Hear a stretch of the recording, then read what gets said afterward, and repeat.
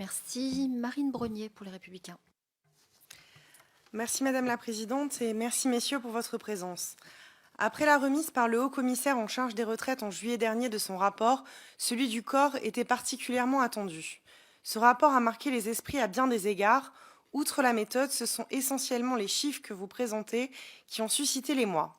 Un déficit pouvant aller de 7 à 17 milliards d'euros selon des conventions comptables que vous estimez vous-même discutables. De plus, ce déficit qui pourrait varier de 10 milliards d'euros, plusieurs de vos membres ne sont pas persuadés de l'obligation de le résorber d'ici 2025 par des mesures économiques. Vous le soulignez, 3 leviers peuvent être envisagés afin de permettre un retour à l'équilibre du système. Toucher au montant de la pension, augmenter les cotisations ou décaler l'âge de départ à la retraite.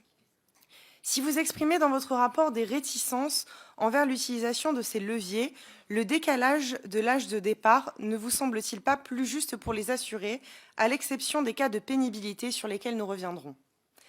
Certains émettent l'idée de passer de 35 à 37 heures de travail par semaine afin de pérenniser le financement du système de retraite sans actionner ces leviers.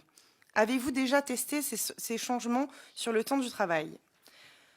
Notre système de retraite repose sur la solidarité intergénérationnelle et donc sur le présupposé que le nombre d'actifs est suffisant pour prendre en charge le nombre de retraités.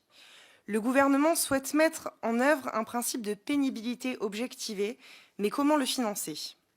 De même, la question demeure dans le cadre des carrières dites hachées, de la difficulté de retour à l'emploi des seniors ou des personnes handicapées.